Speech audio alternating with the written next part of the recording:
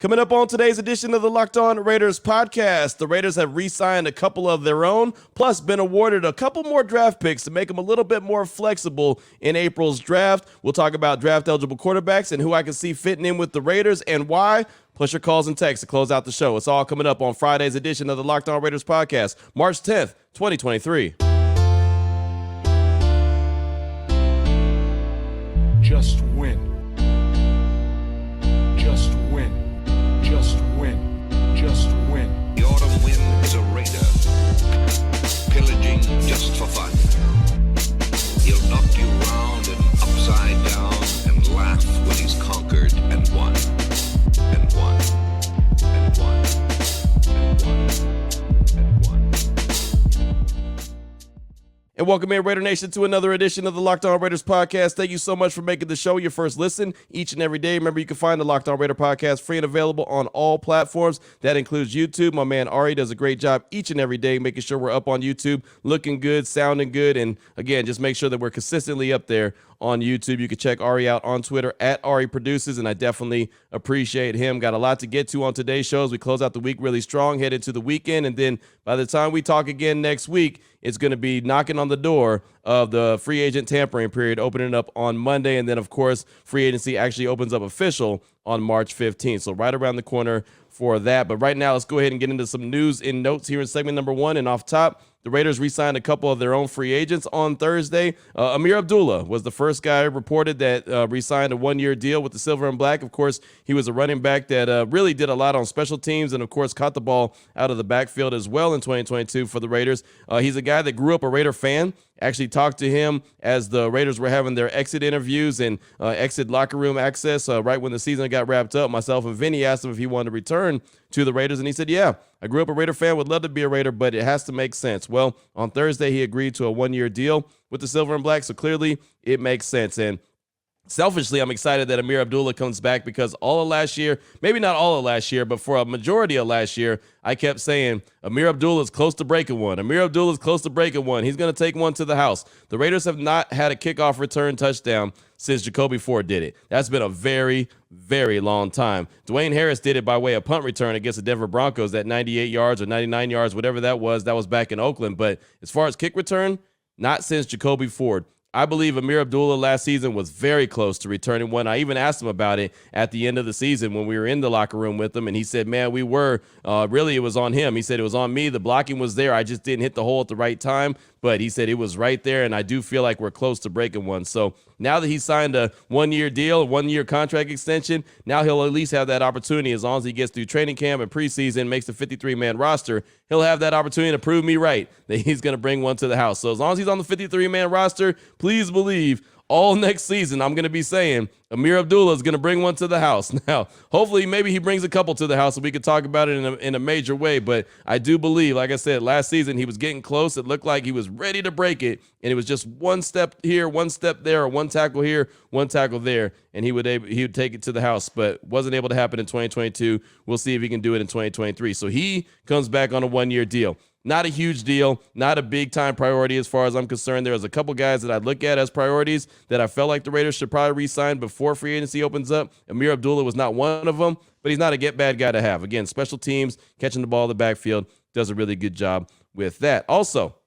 Netani Muti, the guard, they re-signed him as well on Thursday. He's 6'3", 315-pound offensive lineman, fifth year in the league. And matter of fact, he joined the Raiders in Week 15 last season, originally selected by the Broncos in the 6th round in 2020. He's appeared in 20 career games with 4 starts, at least has depth on the offensive line. I don't know if Muti is going to be a guy that's going to be able to, play and be a starter or whatever, but we know that the offensive line needs some work. And I don't know who's actually going to end up being the 5 starters. They ended up coming together and doing a really good job, at least as far as run blocking goes in 2022, helping Josh Jacobs lead the league in rushing. But you know that position has to be addressed. I think that there's a hole at the right tackle position, as there's been a hole at the right tackle position for a very long time.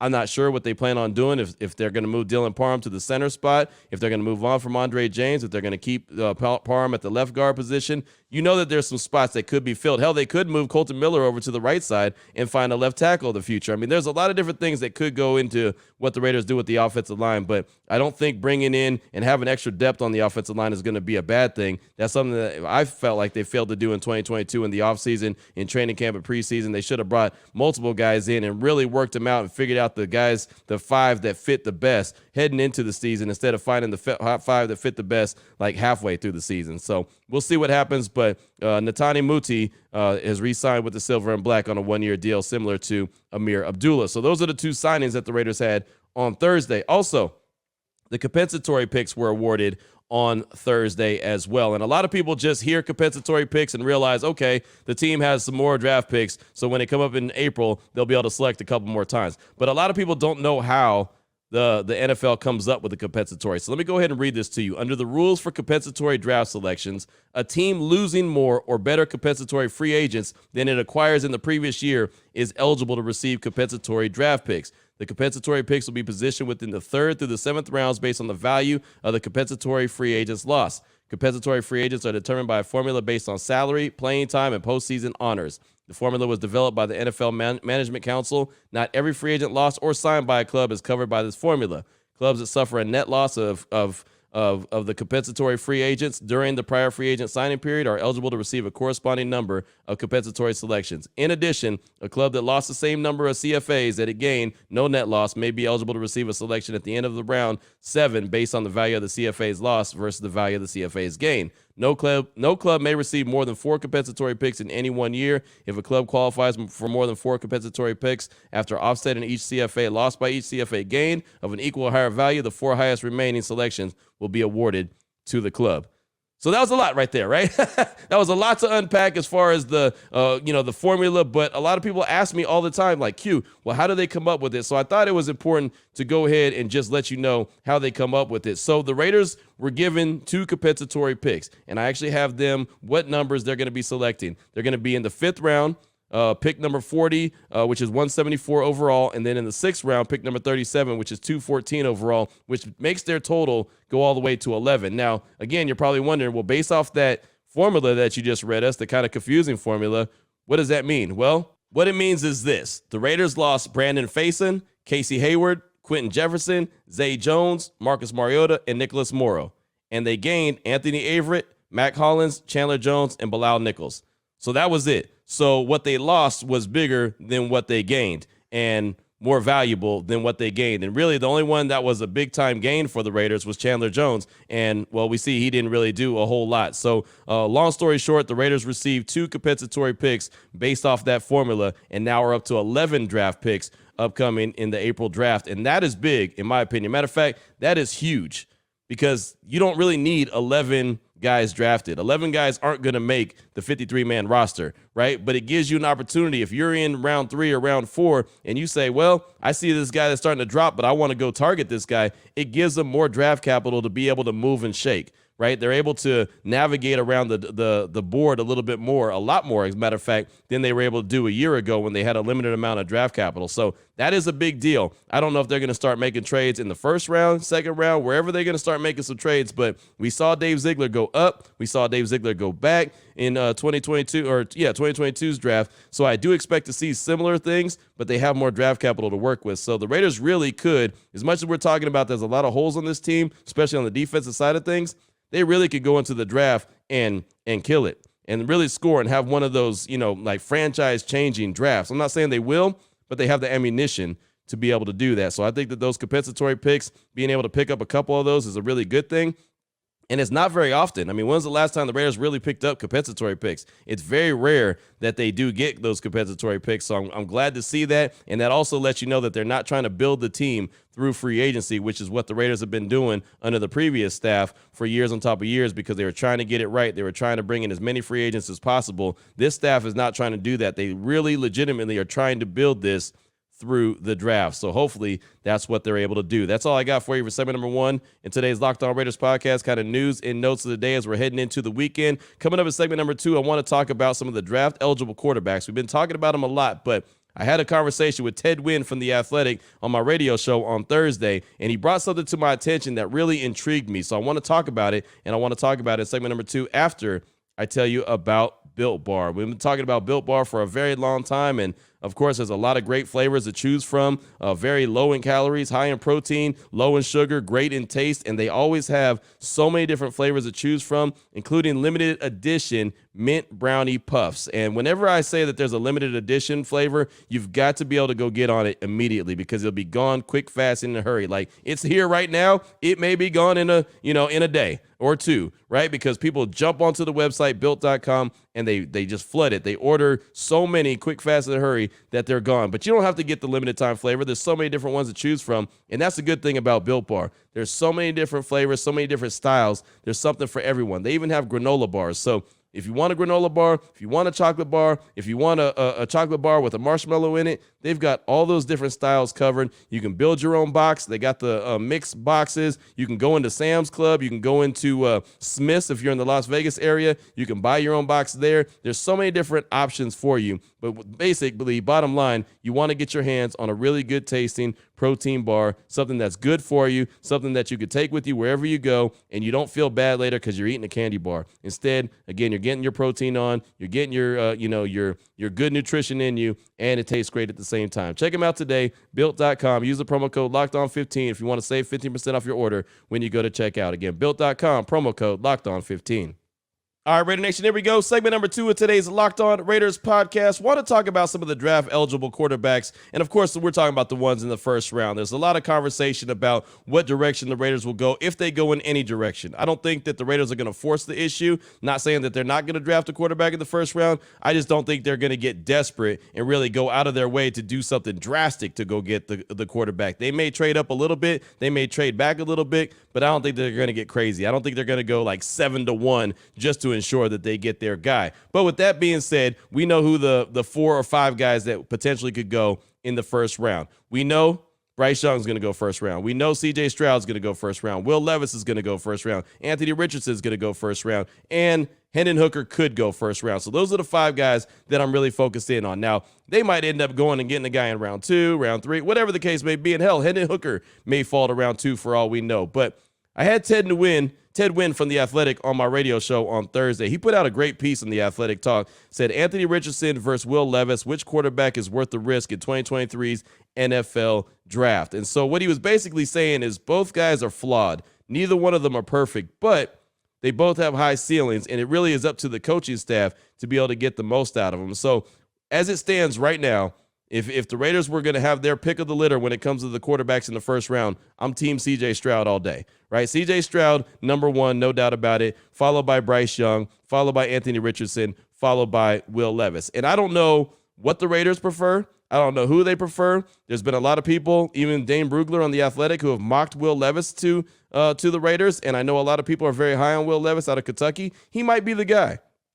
Everyone says he's got the intellect to be able to, pick up a Josh McDaniels offense, and that could really help him out. There are some things that he did in 2022 that weren't great on the field, but there was a lot of reasons for that. And I'm not trying to make excuses for him, but, bad offensive line, not very many weapons, offensive coordinator he loses. I mean, there was a lot. He was injured. There was a whole lot that, played into the fact why he wasn't so good. For me, he's not my guy, but that's okay. It's not really about me. But there was something Ted said while he was comparing and contrasting Anthony Richardson and Will Levis that really caught my attention and really intrigued me, because as we all keep hearing that there's a veteran quarterback that the Raiders, could be potentially signing in Jimmy G. And anyone who's listened to me knows I'm not high on Jimmy G. I really would love for the Raiders to pass on him. I hope he goes anywhere. There's rumors and reports that he could end up in Houston. I hope he ends up there.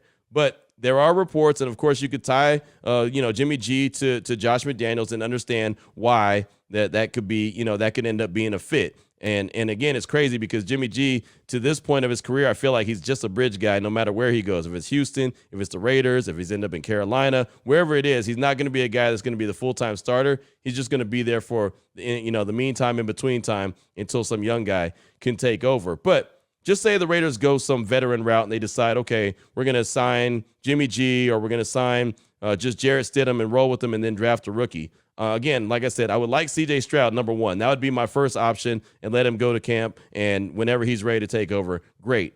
But This was intriguing to me, and this is why.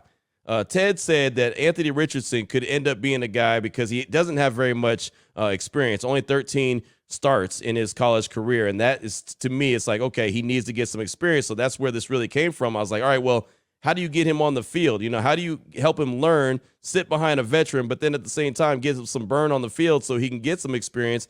And all of a sudden he started talking about packages. And when he started talking about packages, I started thinking about what the 49ers did when they had Colin Kaepernick and Alex Smith. And Alex Smith would be the starting quarterback, and then Cap would come in. And when Cap went into the game, you said, okay, well, the guy's going to run the ball. He's got that opportunity, but then he also had a strong arm and could throw the rock.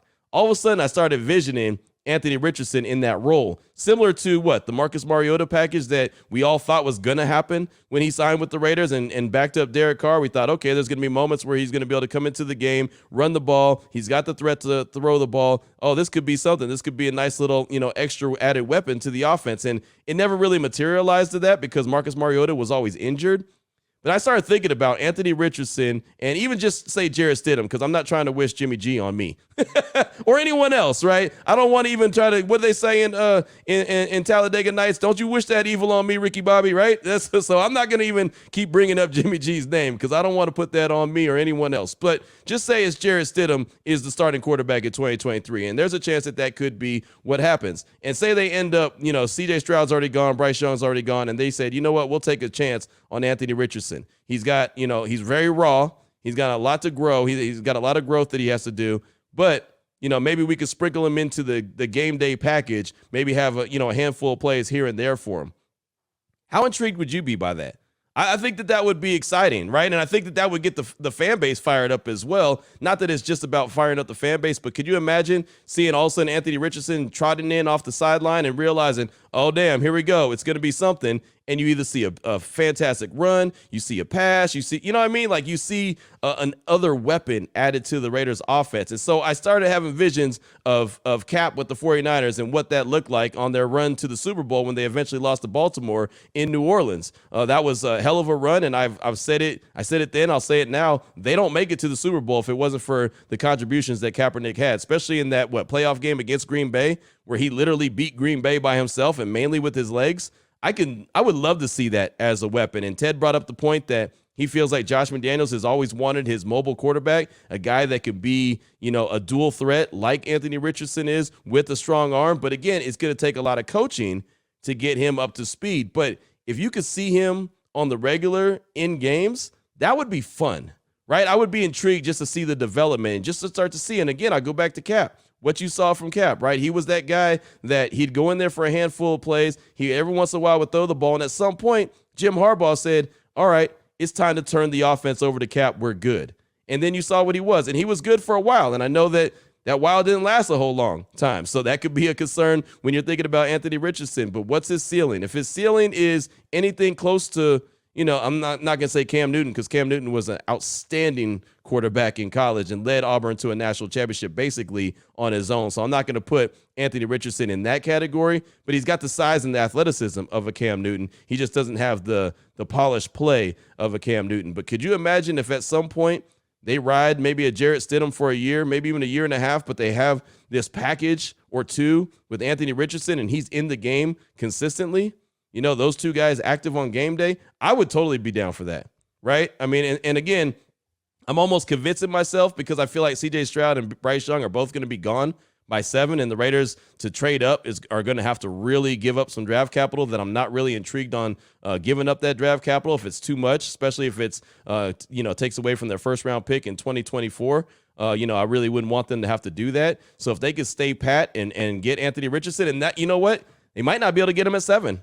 By what he did at the Combine, someone might trade up and go get him earlier than that. So he might not even be on the board. But again, just in the sake of conversation that we've been having, we've really kind of overturned or turned over every stone as we continue to go on with this quarterback situation with the Raiders, because they can go in so many different directions. So I just want to kind of let you stew on that over the weekend and see what you think about that. Could that be a possibility where the Raiders add a veteran, whoever that veteran is, have Jarrett Stidham on the roster? I do believe that they sign him next week sometime. And then draft a guy like Anthony Richardson and make sure that you have a package for him so you get him acclimated to playing in the NFL and the speed of the NFL, but you don't just throw him into the fire and say, all right, kid, it's either sink or swim, right? So you don't set him up for failure, but you kind of gradually put him into the mix.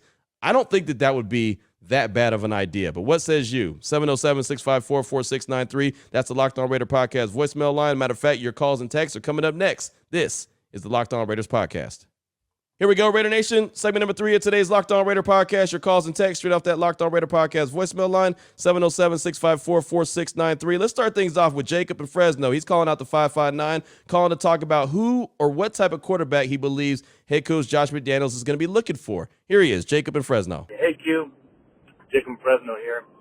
I'm just listening to your podcast this morning, and I started really thinking about what kind of Josh McDaniels might be looking for or going for, especially after, kind of seeing the landscape and hearing reports that we're not going to pursue Lamar Jackson, and even earlier with Dave Ziegler kind of saying that they might not, Raider fans might not like the quarterbacks that we're kind of interested in looking at. But I think that Josh McDaniels is going to kind of look for a yes man quarterback, or a yes sir quarterback, meaning, and it's not going to be bad, but he's looking for somebody that's going to follow his game plan and look for somebody that's going to stick to what the script entails and what he has game planning for. Now, that could either be good or bad, and as far as I'm thinking about all the first round possible QBs, I don't necessarily know, and I might be wrong, but I don't necessarily know if any of the first-round QBs kind of fit that mold, because if you're a first-round QB, you're kind of expected to start and showcase what you can do, and a lot of those guys who having the first-round QB mentality might say, I'm just going to kind of wing it, and I don't think that he really wants a wing it kind of quarterback. He wants one that's follow the script, Then you kind of start looking at maybe later on in the draft, the Tanner McGee's, the Jacob Haynards, even the Stetson Bennett's, which, Stetson Bennett's probably a perfect example of kind of follow the script and stick with the offense, especially because our defense will get you there and eventually in the end. So we'll see what happens, but I just have that feeling that that's what they're going to kind of look for, is, especially after what Rich Gannon said, that we're going to look for somebody maybe second or third round. Have a good one. Thank you for the call, my man. I appreciate you. And I don't really know what a yes man type guy is in the NFL. I'm not too sure what that is. I mean, if you go back to, the previous quarterback, Derek Carr, he said that he wanted to please the quarterback or the coach and throw the ball where they wanted him to go. So I guess maybe that's kind of the order and the direction that you're going, but I'm not too sure, because obviously that didn't work out. So I'm not too sure really how to answer that or what quarterback that would be, right? I don't see a guy, maybe CJ Stroud, who's going to stay in the pocket and wants to deliver the ball from the pocket. Maybe that's kind of the guy you're describing. I'm not 100% sure. I apologize for not being able to really give you a solid answer, but I'm not really sure exactly who you're describing, who that guy would be. I don't really look at any quarterback in the draft and be like, oh, that's a yes man, right? I mean, it's just, I guess that's a weird title to have for an NFL quarterback, but we'll see, right? I mean, I know that he wants someone who's going to understand what he wants to do and be able to execute the game plan, but I don't know. Maybe I'm getting caught up on yes man, and I can't figure out exactly where you want to go with that. But thank you for the call. I do appreciate you. Next up, got a text from Raider B in Connecticut. Hey Q, Raider B from Connecticut again. Just wanted to give my thoughts on the quarterback spot and acquiring Lamar Jackson. I like the idea. 2 first-rounders, that's a no-brainer. Just wondering what the dynamic between him and McDaniels would be. He's kind of a cowboy and plays off script. There's also reports that Stafford could be available for a 3rd-round pick. Are you buying or selling? Is he a better option than Jimmy G? Also, you mentioned defensive tackle on edge. What are your thoughts on Van Ness as a hybrid and eventually taking Jones' place opposite Max in the future? It'll be interesting to see how free agency unfolds in the days and the weeks that's all for now. Thanks again, Raider B out. Just win, baby. That's Raider B in Connecticut. Thanks for the text. And yeah, I'm not real high on Stafford. I never have been. I thought him and Carr were very similar to each other. He just ended up in LA and found a way to win a ring, but I didn't think that Stafford was all that. So, and I think on top of that, he's injury prone. A matter of fact, he's injured right now. I don't know even if he's going to play next year, because he might end up retiring with the injuries to his back that he's had. It sounds like a pretty serious back injury. I think that's why Baker Mayfield's going to end up back in L.A. with the Rams, because they're going to kind of hold on to him just in case Matt Stafford's not able to return. So I wouldn't make a trade for him. As far as defensive tackle and edge, I think that all options should be on the table, including Van Ness, right? I think that the Raiders need to address the defensive line. They need to get a guy that can get some push in the middle. They need to get someone that can be opposite of Max, but they do need to get both, right? I mean, having a hybrid is good, but at the end of the day, you need both, right? Because that's what ultimately is going to help out. Max is going to give you maximum effort every single time.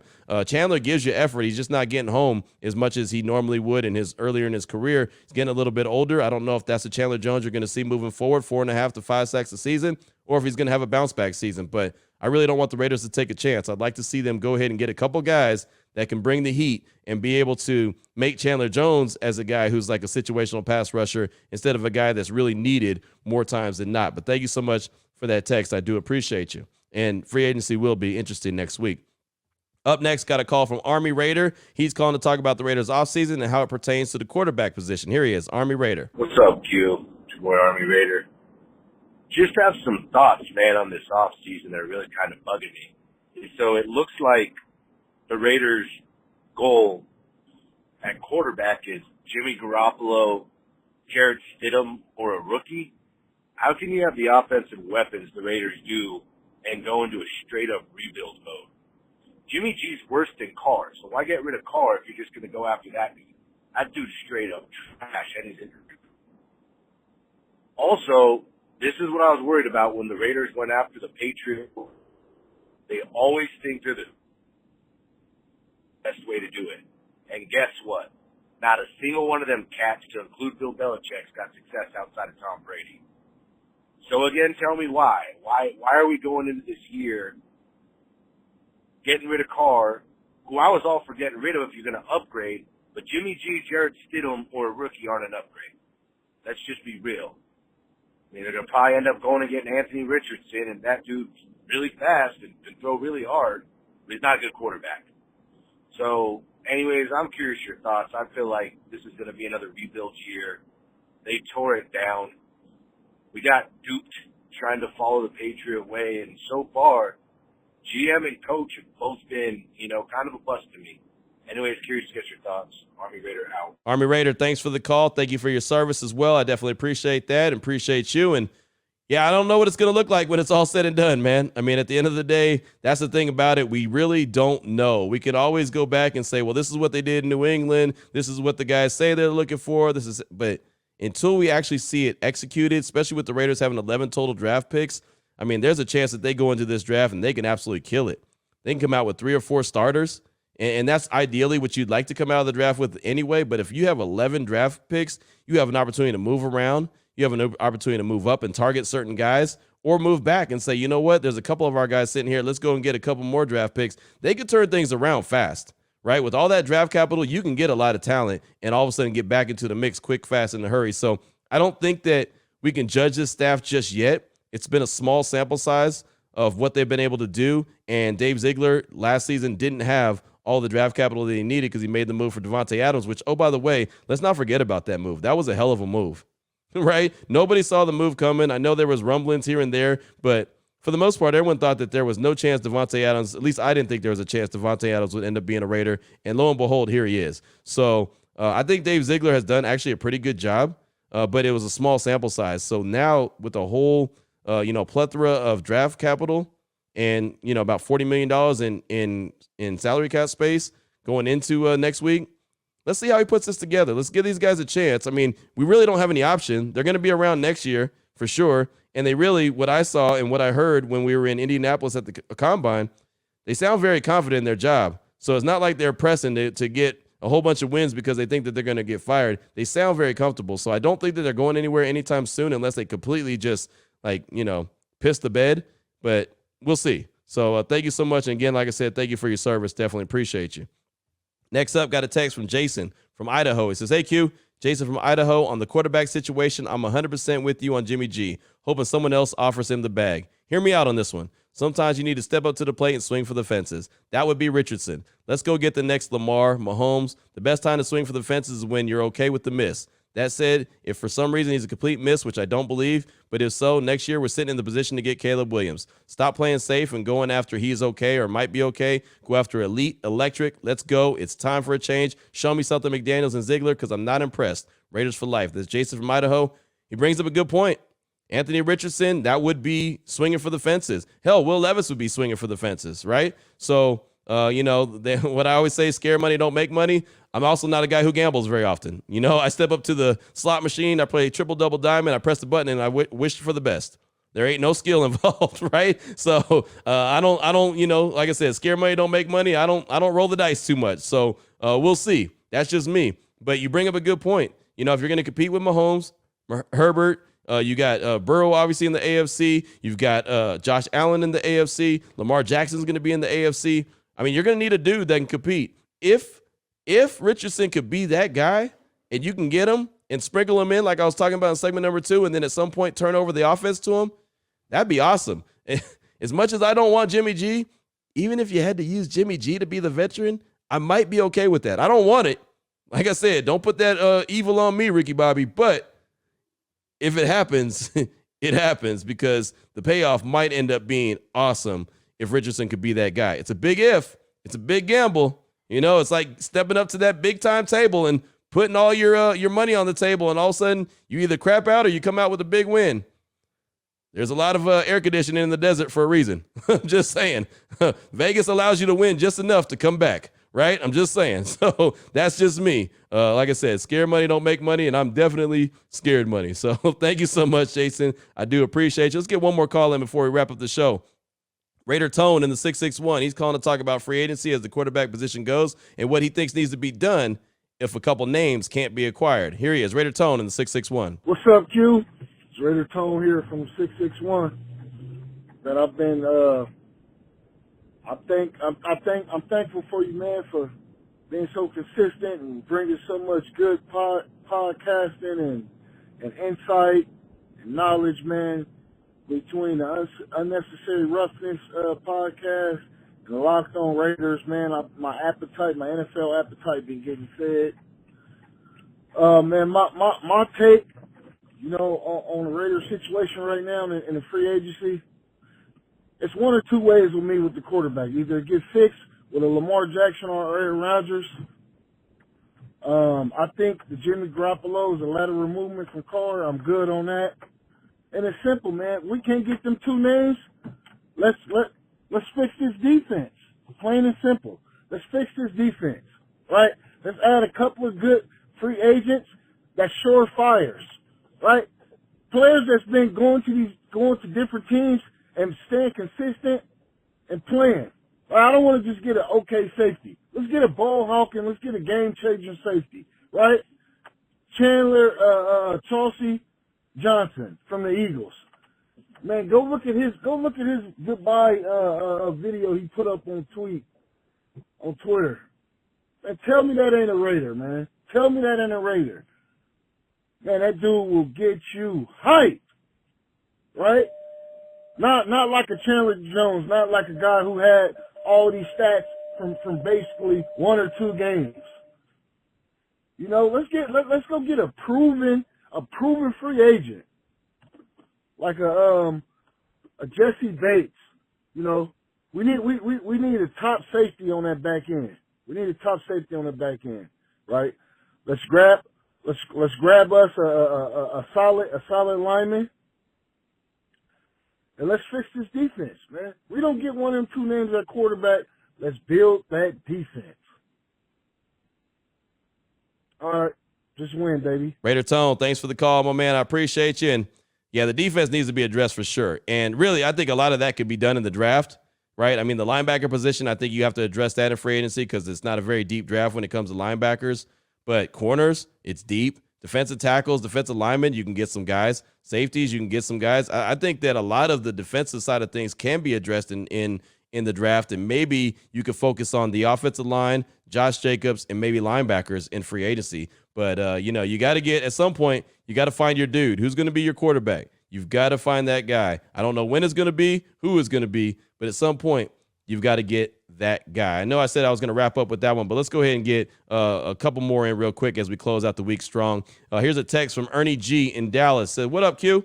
Ernie G, formerly from Inglewood, California, now living in Dallas cowgirl country. My question is, why couldn't we at least try to lock Lamar Jackson into a long-term deal and give him the kind of guaranteed money he wants? He's only 26, so I feel like locking him up to a long-term deal would be a great idea. We have the weapons to win now. We could roll with him for the next decade instead of rolling the dice on a possible first-round quarterback bust. Only giving up pick 7 would allow us to go heavy on defense with a great D, and Lamar plus our offensive weapons could be the recipe to get that Super Bowl in our own backyard. Curious to hear your thoughts on that. Love the show, brother. Thanks for the daily updates. That's Ernie G in Dallas, and that's what I brought up Lamar Jackson to the table for.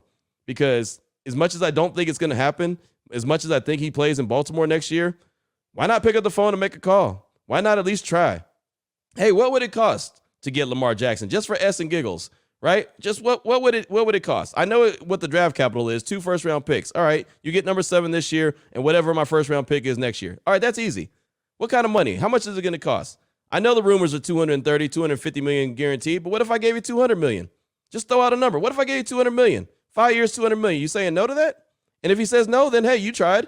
You hang up the phone and you go back to another plan. I don't think it would be a problem. I know there's, certain financials that Mark Davis would have to be able to do. The Raiders organization would have to be able to do as far as guarantee money and escrow. I get all that.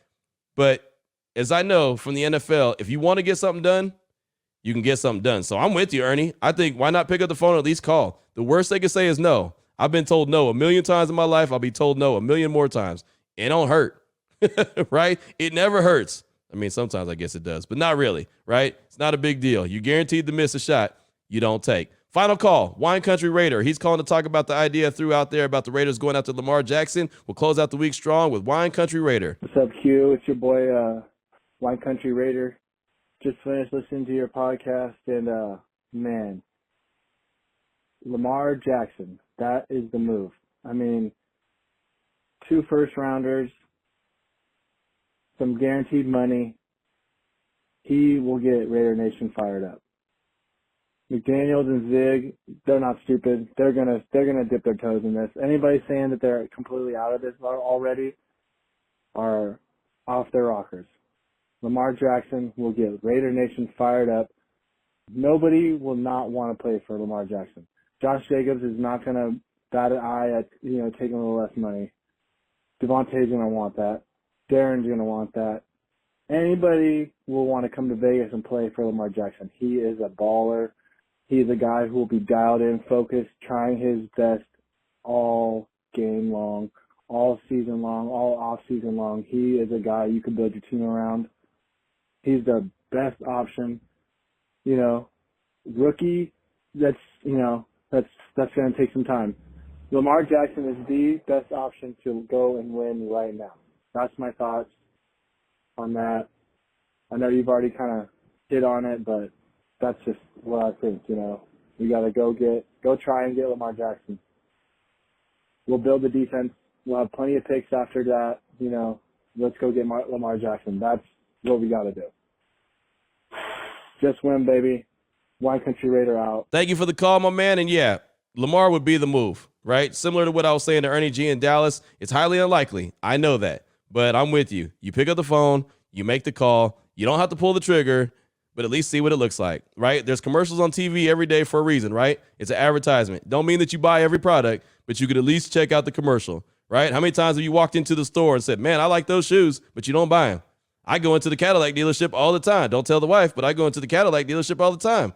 I don't buy the Cadillac. I look, I imagine, I dream, but I don't do it, right? I mean, that's the thing. It's called window shopping. It's okay to window shop. That's not a bad thing. So I'm with you. Thank you so much for that call. I appreciate you. I know we went a little bit long on today's show, but sometimes I go a little long on Fridays because it's Friday and I know there's not another show until Monday.